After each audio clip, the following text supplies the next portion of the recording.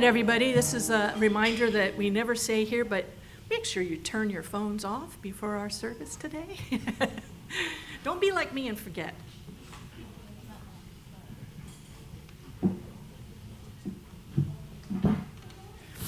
Thank you, everyone. And good morning. Good morning. Good morning. Welcome to the Piedmont Unitarian Universalist Church. Piedmont UU sits on the traditional lands of the Catawba, the Sugaree, and the Kiowa people. We honor them. My name is Cosette Blackmer, and this morning I'm serving as a worship assistant to Reverend Dr. Amy Rio. We are a flourishing, vibrant, and radically welcoming congregation which promotes diversity, inclusion, and social justice. We provide a safe haven for creative, intellectual growth, spiritual development, and a deep sense of community for all of those who join us. We hope our liberal religious values will challenge you to join us as a community that lives boldly and acts justly.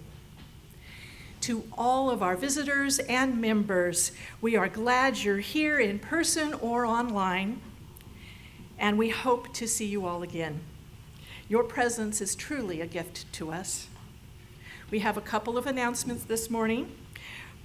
Reverend Amy is offering 2 sessions this week for people interested in finding out more about being a Unitarian Universalist and possible church member. UU 101 is tomorrow night at 7 via Zoom, and it's about UU beliefs, history, and rituals. Saturday morning is the spiritual journey class at the meeting house, which is right next door. Please let us know if you would be interested in attending either or both sessions. At this time, I'd like to invite Ann from our fundraising committee to come forward with some announcements.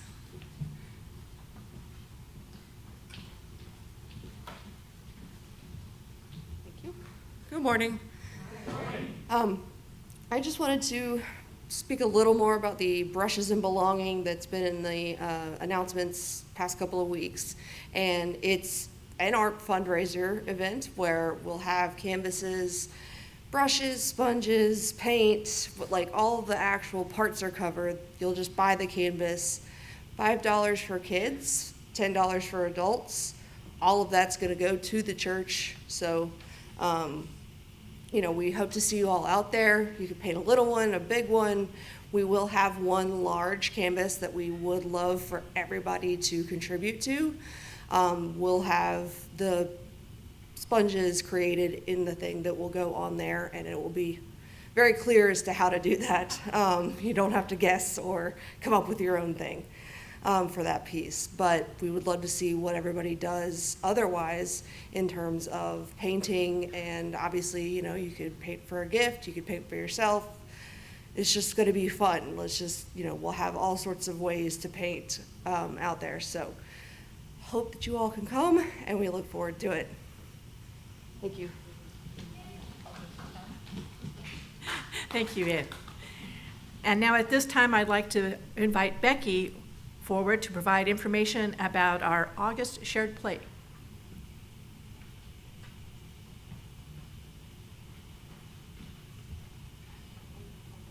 Good morning, everybody. Good morning. I am here to talk to you about Gender Education Network, which is a local nonprofit founded in 2018 by Joshua Jernigan. A lot of you know Joshua. He has talked about Gender Education Network here before and shared. He's been the plate recipient before, and we're very, very honored to be chosen again. Joshua is actually speaking at a homeschool conference this weekend. So I am the treasurer on the board for Gender Education Network, so I'm speaking in his place. And some of you might remember him. He actually volunteered at our auction to help check everybody out very quickly. So he's very, very much a part of our community and a dear friend.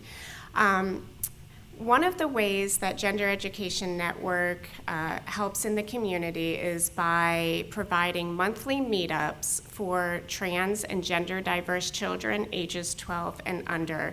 You may be very familiar with Time Out Youth, and they attend to our youth 13 through, I think, 20 actually.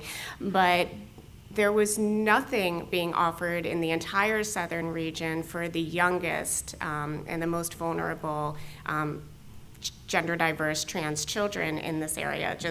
We have families come from states away because there's nothing being offered in terms of support.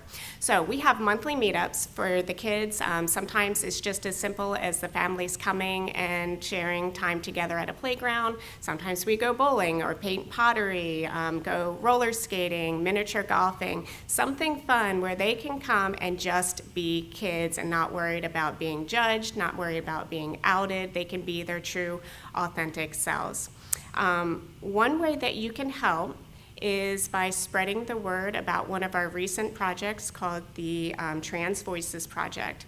And this came about because at one of these monthly meetups, we had a young trans child who got to meet trans adults at one of these meetups for the very first time. And the look of awe on their face when they said, "You mean I get to grow up and have a family?" made us think, wow, yes, we need to make it clearer to these children that yes, they do get to grow up. They get to have full lives. They are not stuck in this phase of wondering what if all the time. So our Trans Voices Project is when we are inviting trans and gender diverse adults to share their stories. And as you can imagine in this political climate, that's very, very scary. So we are having a little bit of difficulty getting people to sign up. I have some pamphlets that I will put in the back by the refreshments with a QR code. That'll take you to our website, gendereducationnetwork.org, where you can learn a little bit more. If you know anybody in your life who you think may be interested in participating, that webpage will also take them to a sign-up form where they can just learn a little bit more, ask questions, and share how they might want to participate. So it will be a video series where we'll be interviewing these folks and then putting it together in a very non-confrontational way, very comfortable way, very tasteful way, so they can share their stories and their authentic selves as well. So if you have more questions about Gender Education Network, you can always get a hold of me.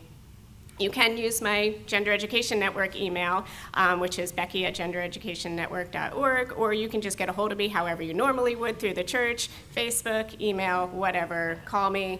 I'm available, and I love to talk about it. And once again, I just thank you so much for your support. Okay.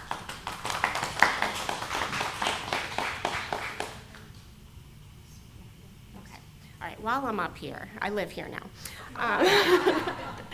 I'm going to put on my other Gen hat, which stands for the Generosity Team. And we have our new campaign coming up. Last year, if you remember, we had somebody stay after service. I think it was Elaine, and she took pictures of everybody making the heart signs because our theme last year was Unite in Love. This year, our theme is the power of we, so kind of drawing in like, well, what can we do as a community, so the power of we. So Anna actually came up with a new hand signal. We're not doing hearts this year, but we're making peace signs and putting them together to make a W, which stands for we. And I think it's going to be even more impactful if you find a buddy and you hold your hands up like this, okay, to make a W with a friend. So that's what we're going to be doing. So this is just a heads up that next week one of us will be taking pictures before and after the service. And also we will have more details coming out soon, but save the date for October 4th will be our Generosity Campaign kickoff picnic at Dorton Park. So check your announcements for more about that soon. Thank you. Thank you, Becky. For other important information about our vibrant community, please check your order of service, or if you are on our email list, check your monthly newsletter or weekly announcements. Whatever brought you to this place at this hour, we welcome you. May you find something that you need, and may you leave richer in spirit than when you arrived.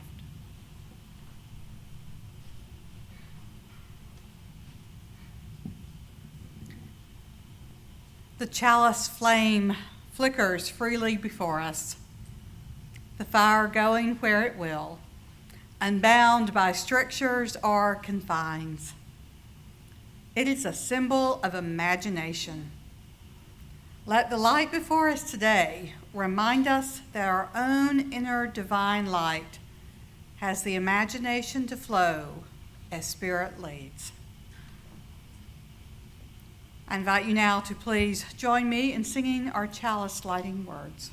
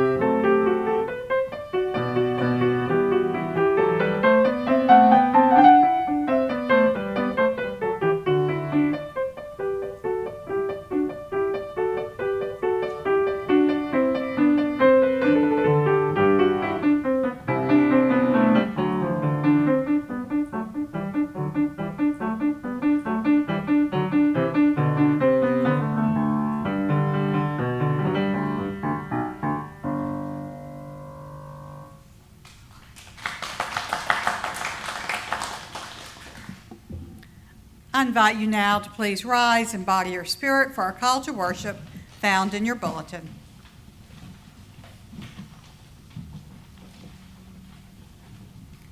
Today we step into a place of imagination and hope and possibilities. We welcome the space to dream of others and to welcome things yet to be envisioned. May the Spirit fill each one of us and fill this space so that we can imagine possibilities that might seem impossible. All things are Possible through love. We welcome this time to dream of how love can change the world for the better. Amen. Our opening hymn is found in our gray hymnal, number 295, Sing Out Praises for the Journey.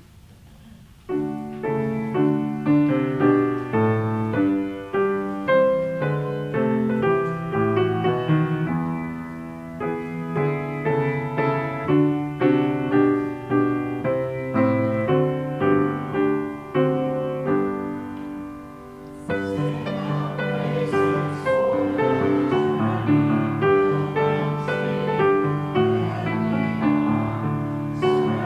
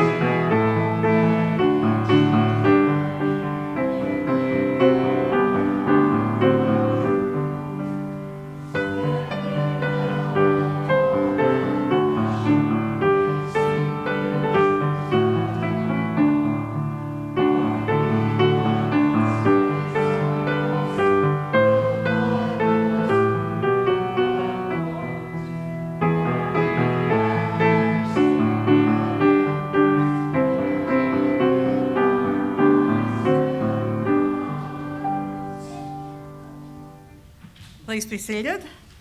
And I invite any of our young ones to come forward for our time for all ages.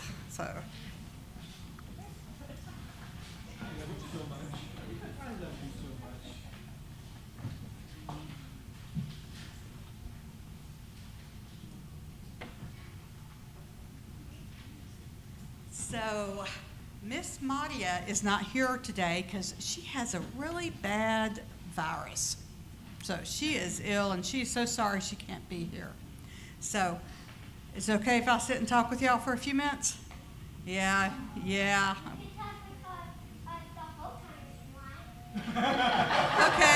Harley's going to take over the sermon today and take care of everything. So, well, I have a question. Do you know what the word imagination means? I think it means pretend. Pretend, yeah. Anything you want to add to that? Like, I think it means like when you see something and you can make it into something else. Yes. That is very good. How are you doing today?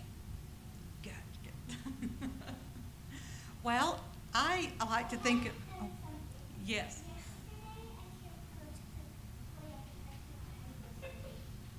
I hope your belly's better today. Okay. Good. Well, I'm glad you're doing better. So, do y'all like to use your imagination? Do you like to pretend or make up stories or things? What are some things you like to use your imagination for? What are some things you like to pretend about? Playing with my transformers at home and making a transformer in your house. Okay, I knew Transformers was probably going to come up here, so pretending with Transformers. We're in a house. What do you like to pretend with? I don't like that. I like real stuff. You like real stuff? Pretend you're on an airplane. Oh, that you are the airplane.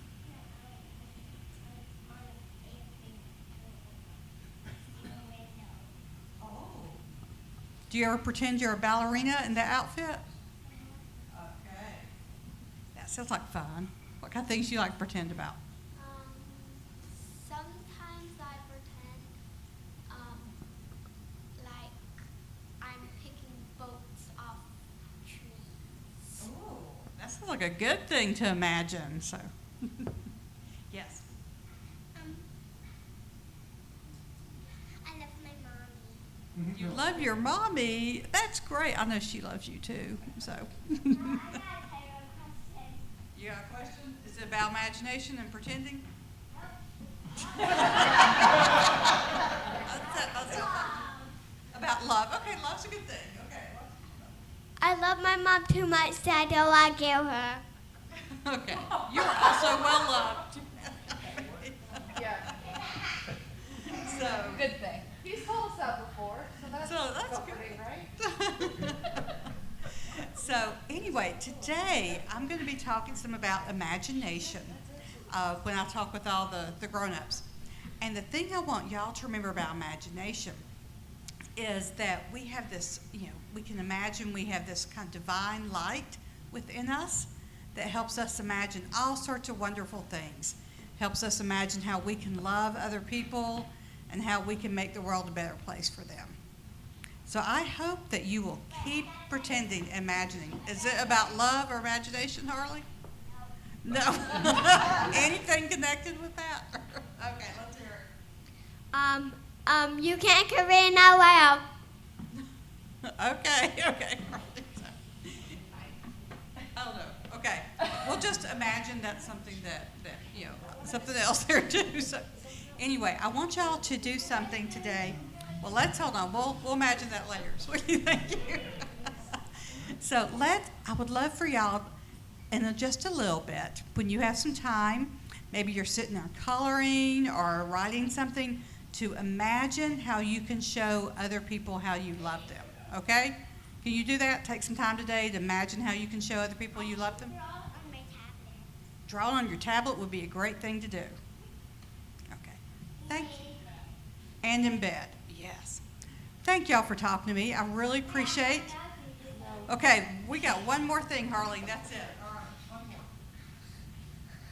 one more. With like Frankie. Okay. We're going to let Harleen. Okay, one more, and then this is it. We're going to wrap this up. And then I say something. I love being a ballerina. You love being a ballerina. Okay. Thank y'all for talking with me, and I hope that you will use your imaginations to keep thinking about how you can show love to other people. All right, thank you.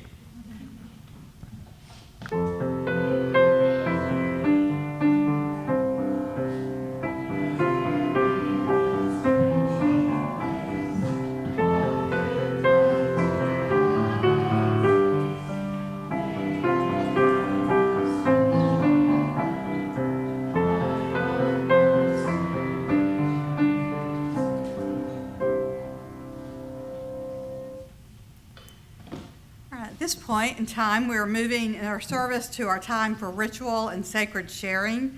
We share joys and sorrows, concerns and milestones. And the first candle I'd like to light, it's actually both a joy and a sorrow. We are going to give thanks for the Tonkinsons and their wonderful girls, and they don't know, I just saw y'all walk in. I thought we're going to do this today. I know some of y'all know that they are moving back to Germany in a couple weeks. So we are all so sorrowful. We're going to miss y'all and the girls so much, and we're so excited for you. And Isabel, I know your mother is just, I'm sure, very excited. I've always enjoyed seeing her and her visits. So we just wish you all the traveling mercies. And I do want to share just one little story. I think some of y'all know I came here right at 3 years ago, and the first Christmas Eve I was here, we had a visitor, and that was Brian, who came by himself Christmas Eve. And afterwards he said, "I've never been to another Christmas Eve service like this." And I thought, that's either really good or really not good. I'm not certain. It's got to be one or the other. But then Brian came back a couple weeks after that, and then Isabel and the girls started to come with them. And for those of y'all who've been around a while, you know that the past 2.5 years we've had a lot more visitors, a lot more members. We have just been having a lot of wonderful growth. And Brian was the first visitor after I arrived who started coming in and also started talking at the church and bringing other people too. So y'all have a very special place here in this church, and we hope certainly you will keep up with us a lot. And we just wish you all the best traveling mercies, too. Thank you. So our second candle we light, I believe that most of you are aware that Karen Fraser from our Salisbury gathering, that her husband Ron had passed a couple of months ago. And yesterday we had a memorial service for him at our Salisbury gathering, and went very well. And Karen certainly appreciates all the love and support that everyone has offered her during this time. We light a candle for Susan B. with ongoing health concerns. For everyone impacted by ICE raids. For all who are suffering in Gaza, and for the immediate relief of these conditions. For all areas of violence around the world, especially Haiti, the Sudan, the Middle East, and the war in Ukraine. And for our country, that we might continue to work towards creating a society filled with love, empathy, civil rights, and justice for every single person. Now, at this time, you are invited to come forward as you feel called to do so, and I invite you to come forward along the far wall. We have our prayer stand. You may fill out a prayer card to place on that. You may light your own candle of joy or concern, or you may place a stone in our shared water together.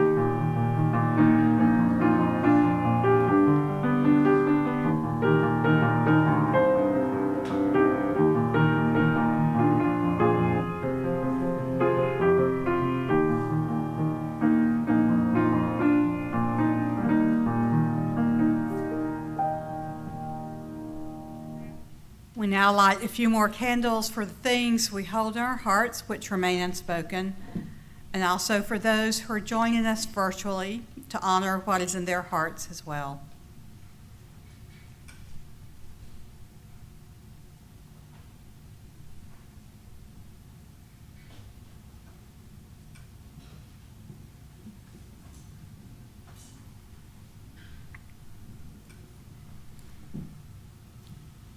Now, at this time, we will have a period of quiet rest, meditation, or prayer. I will sound the singing bowl, and then during the time of silence, I invite you to settle more fully into your seat,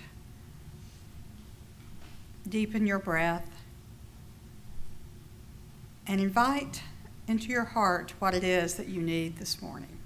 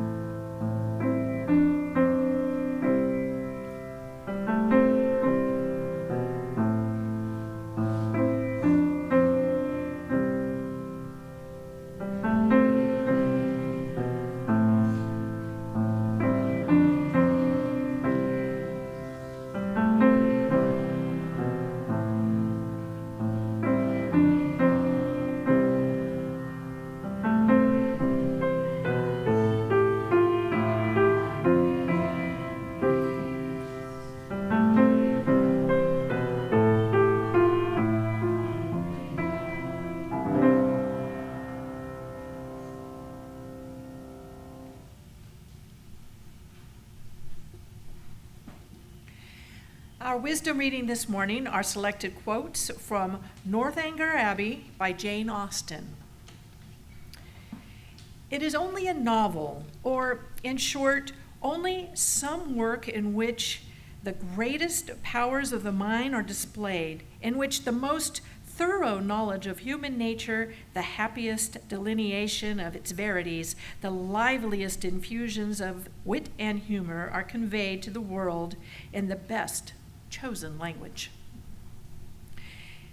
If adventures will not befall a young lady in her own village, she must seek them abroad.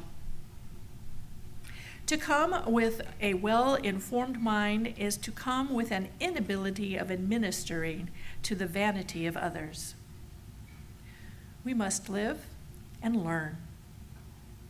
The mere habit of learning to love is the thing, and a teachableness of disposition in a young lady is the great blessing. There is nothing I would not do for those who are really my friends. I have no notion of loving people by halves. It is not my nature.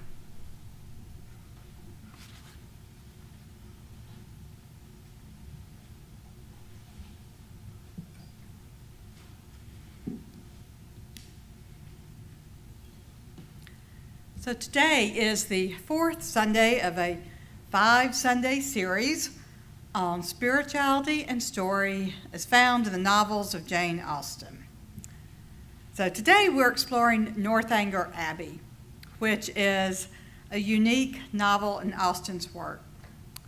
Now, Austen was reared in a family of great readers. There were other writers in her family too, with her older siblings and her father.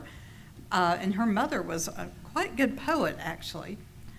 Obviously, Jane became the best known, most accomplished of any of the writers in the family. But they read a great deal, lots and lots of things, including in a genre that was very popular in the late 1700s when Jane was a teen and young adult. And this genre, which was widely popular, were fiction works called Gothic novels. Now, you might have some idea of what a Gothic novel meant. And these books were oftentimes looked down on during that time as just not really being serious literature, or that people should be reading nonfiction that really informed the mind. But Jane's father, a clergyman who also taught many young boys, and certainly taught his 2 young daughters as well, they enjoyed these novels for the fun and entertainment they were. Now, these books during that time period would often feature a young, very impressionable woman who would find herself in scary circumstances, usually some kind of haunted castle with a malevolent older person who might have murdered someone. Who knows, right? I mean, all sorts of just great entertainment. So Jane wrote Northanger Abbey as a send-up of this genre of novel. And Northanger Abbey, in the book that she wrote, was this big, sprawling mansion. Now, this book that she wrote is a very entertaining, often funny send-up of the Gothic novel. The primary protagonist is young Catherine Morland. Now, Catherine is a country girl who's an energetic tomboy who just doesn't want to read anything serious, doesn't really like that, but she loves reading Gothic novels. And in the book, she's talking about this, and she is so enthusiastic in talking about this. At one point, she has a friend of hers who thinks that it's like real riots or something taking place in London because she's so enthused and so into this. So young Catherine is finally having an opportunity to go explore something beyond just the general countryside where she's been brought up, when an older couple, family friends, invite her to come to Bath, the big tourist town of Bath, with them. And Catherine is ready for adventure. Her mind has been filled with the adventures of Gothic novels, And so her imagination, when she is in Bath, leads her to Gothic novel plot points at every turn. A dashing young man that she meets, he might live, she thinks, in a haunted mansion which has secret corridors and hidden messages. There's a crusty father of one of her friends, and she begins to wonder if he murdered his wife many years before. Now, Catherine's imagination runs wild, but her good nature ultimately leads her to true friendship and real-world happiness. Now, a major theme in the book itself is the power of imagination. And imagination is not seen as a negative thing per se in Austen's work, but it does become a problem when imagination takes control and runs wild. Now, perhaps my favorite example of this happening is when Catherine is in this big, spooky old mansion, Northanger Abbey, where she's visiting her close friend that she has made. And she thinks her friend's father might have murdered the friend's mother years ago. And so it's a dark and stormy night, of course, right? There's a massive storm taking place. It's late. She should be in bed. But there's this huge armoire in the room where she's staying, and she thinks it might hold some kind of clue to what really happened all those years ago. So she starts to go through it by candlelight, because there's no electricity yet, and with the thunder and the lightning outside her window. And stuck way back in this armoire, she finds a little slip of paper, and she thinks, I found a clue. I'm going to discover what really happened. The slip of paper is an old laundry list that was lost. So one of my favorite moments, great entertainment there. Imagination, in balance with our eyes wide open to the world around us,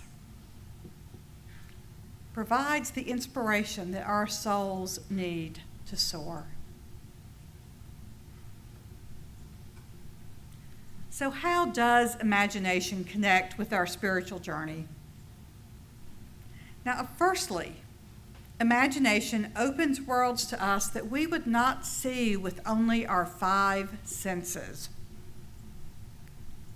Our imagination is fired by this inner divine light. And in many ways, it is the most powerful sense we have, much more powerful than hearing or seeing. Deep truth can come to us through our imagination in ways that it cannot connect with otherwise.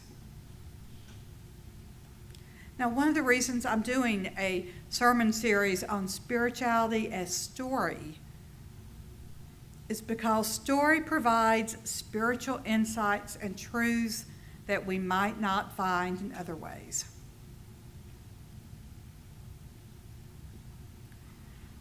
Author Robert Fulghum wrote, I believe that imagination is stronger than knowledge, that myth is more potent than history, that dreams are more powerful than facts, that hope always triumphs over experience.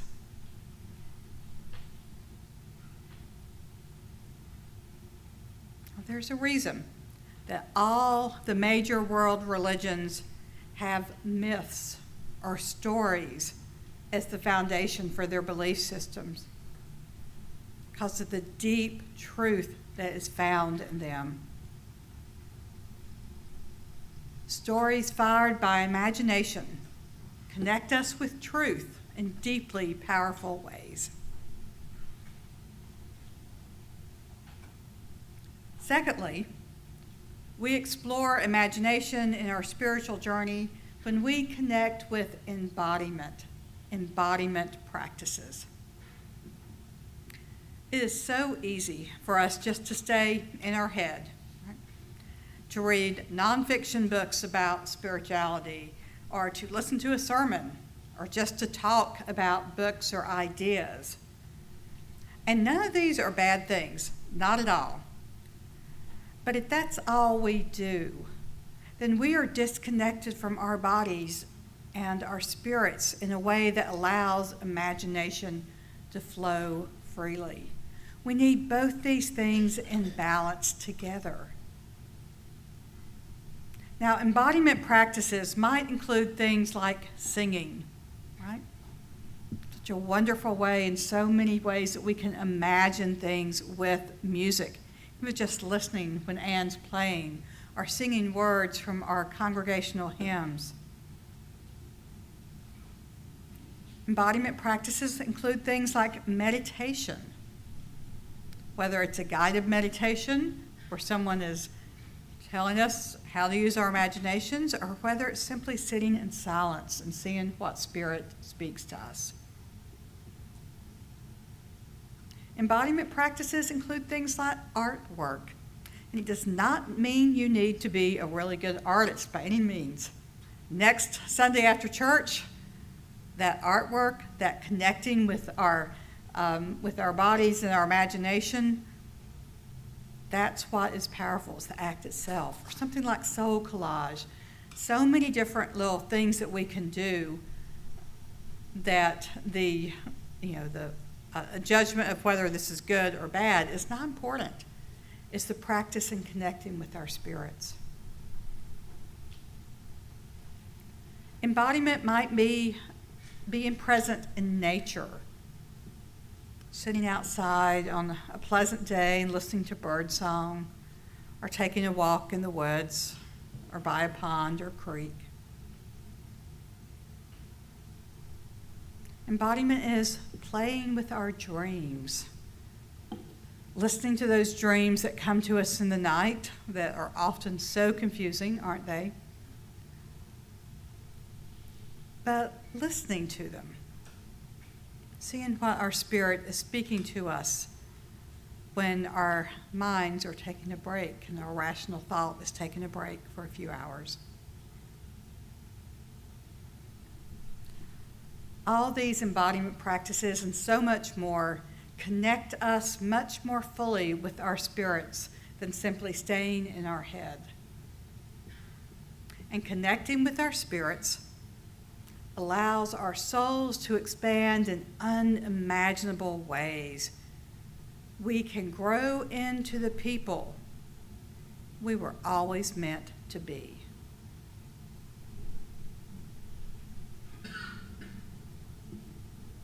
Now, spiritual imagination expands our world beyond what is immediately before us, and it connects us much more strongly with our own inner divine light. Disability advocate Rebecca Talsig wrote these words: "When I was small and just learning how to do life in my body, I didn't hesitate, I didn't hold back, didn't worry how it would look, didn't look for cues or ask for a line. My imagination ruled. I was entirely free to be, driven by the innovation that my body inspired."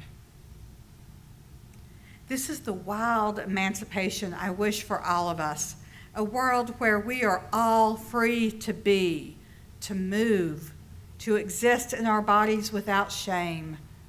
A world that is not interested in making all of its humans operate in the exact same way. A world that instead strives to invite more, include more, imagine more. That world sees the humans existing on the margins and says, "You have what we want. What barriers can we remove so that we can have you around? What do you need? How can we make that happen?"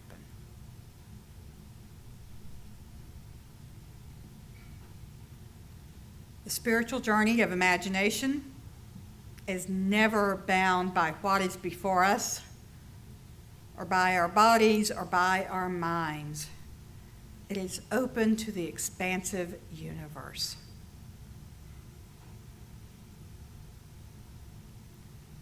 Now, as we near the close of our message this morning, I would like to take a few moments for us to be with our imagination. I invite you to close your eyes if you're comfortable. Breathe more deeply.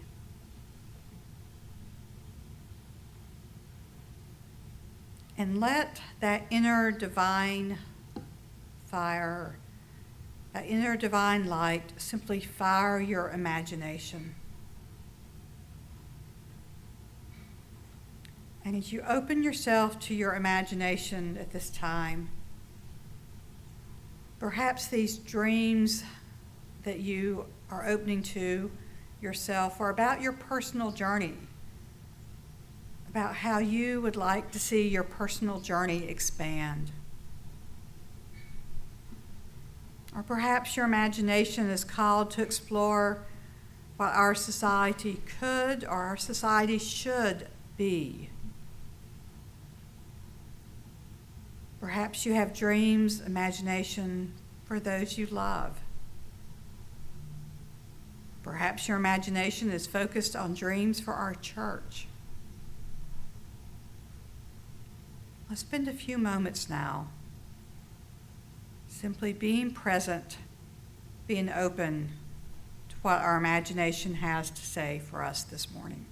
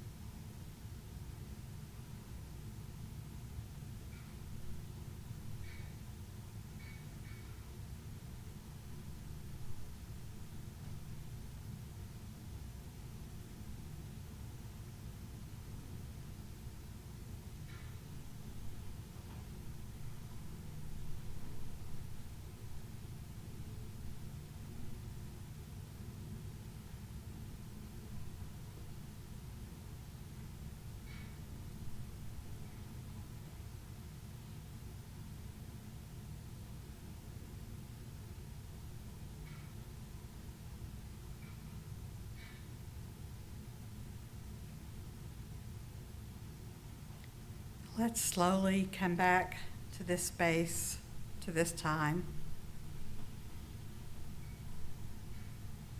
And as you do so, I invite you to take note, either mentally or if you need to write it down, about what your imagination was saying to you during these few moments. And then later today, or if you have a really busy day, maybe tomorrow, sometime very soon, I invite you to spend a longer period of time being open to your imagination, what your own inner divine light is saying to you, is speaking to you. And then once you have an idea of what that seed is, that divine fire is offering you this morning, take that seed, share it with another person. Maybe it's someone here in our church family, or it's your partner or a close friend. But share this with someone so that other person can help nurture that seed. They can help water it, provide sunlight and light to it,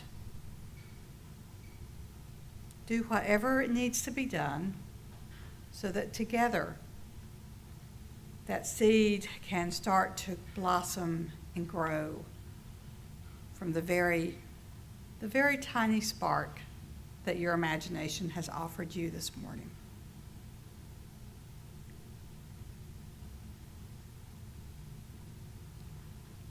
Today, we give thanks for the gift of imagination and how it enhances our spiritual journey beyond what simply reason alone could offer.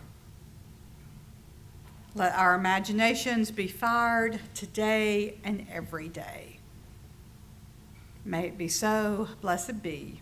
Amen.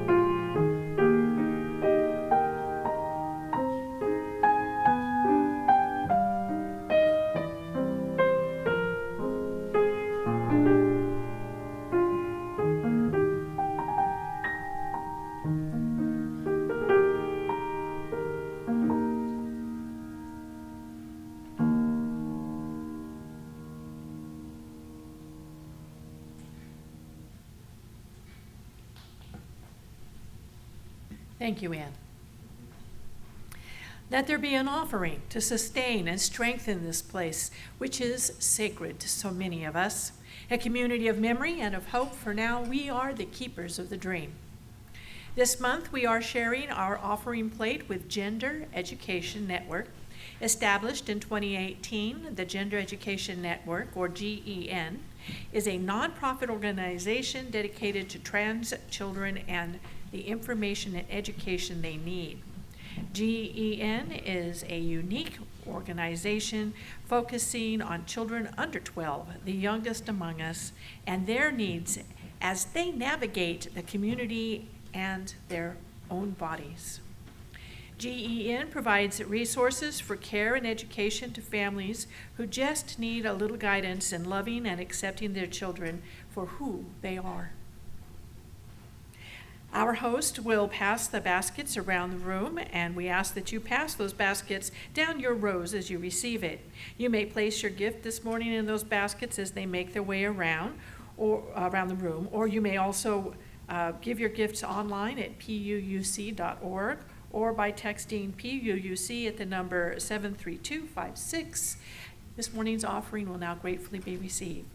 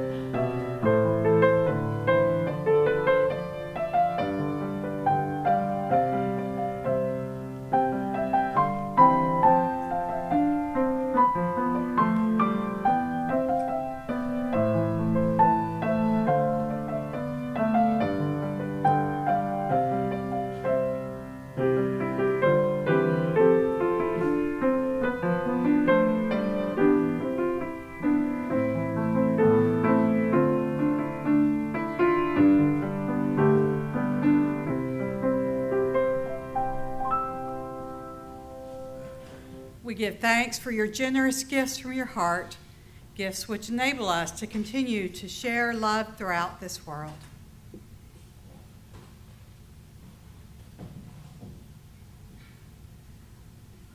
I invite us now to please rise in body or spirit for our closing hymn, found in our great hymnal, number 311, Let It Be a Dance.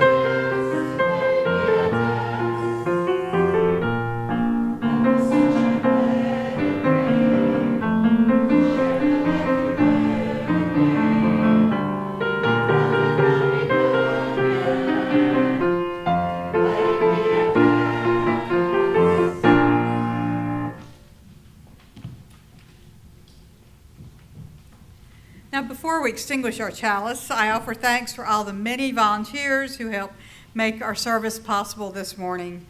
I also ask before you leave today if you can help out by taking the hymnals over to the cart near the piano. That's always a big help. Now, let's do as we do each Sunday and take just a few moments to offer thanks, either in our hearts or with words for others to hear. Yes. Just Isabel and I just wanted to say we're grateful for all of you in the community and the past few years we've been able to enjoy here with you, and all the love and good feelings. Thank you all. Thank you. Love you given us. Yes. Amen. So for everyone joining us virtually, Brian and Isabel are just offering thanks for being a part of this church family, and you are always going to be part of us, okay? So.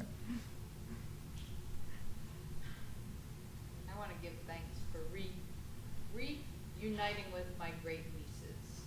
Wonderful. Over the weekend last week. Kat's giving thanks for reuniting with great nieces last week. I'd like to give thanks to people that stepped up and we needed volunteers to do coffee today to help out me. It was a little under the weather. And we had quite a few people, so All right, big thanks to whoever stepped up to help out with coffee today. Thank you. Big thanks for that. Thanks for the cool weather. Yes, thanks for this little reprieve from the hot summer. So. Although we fuss about technology at times,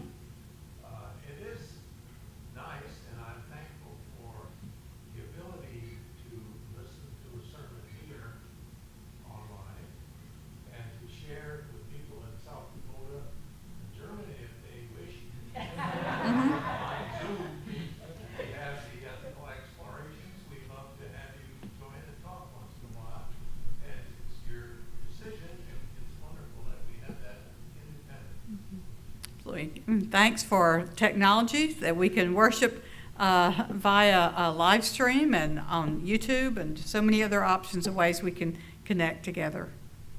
I'm grateful for this place where I can come and find peace and encouragement and spiritual connections with this community. Yes, Gail, grateful for this place where we can find peace and spiritual connections, so encouragement. Thank you. Gio seems to be doing it on his own today. Oh, or Gio, who I had not even noticed it went so smoothly. Our one-handed, one-person tech team today. So thank you. Jim was doing some work too. Yeah. Well, we give thanks for all these things and so much more which we hold in our hearts today. As we go forth, let us be led by our imagination and hope and love which divine light offers for us. We now extinguish our chalice, but we carry its light, its warmth, and its meaning with us until we meet again. May we go in peace, believe in peace, create peace wherever we wander. May it be so. Now for our closing song, we form a circle. You may hold hands if you would like to, or you may simply place your hands on your heart.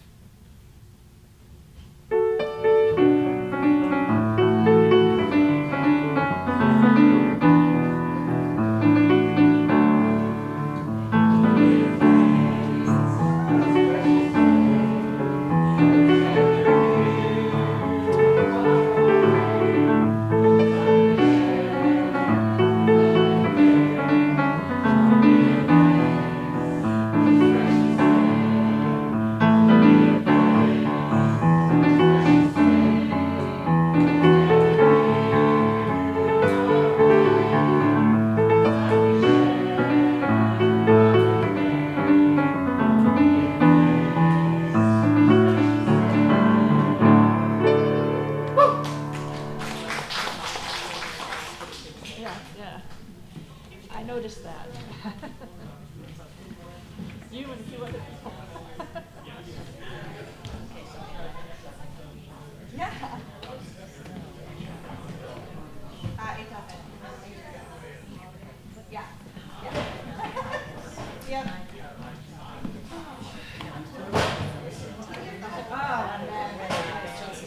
You can also set it so that you like, I can do it interactive, but I'm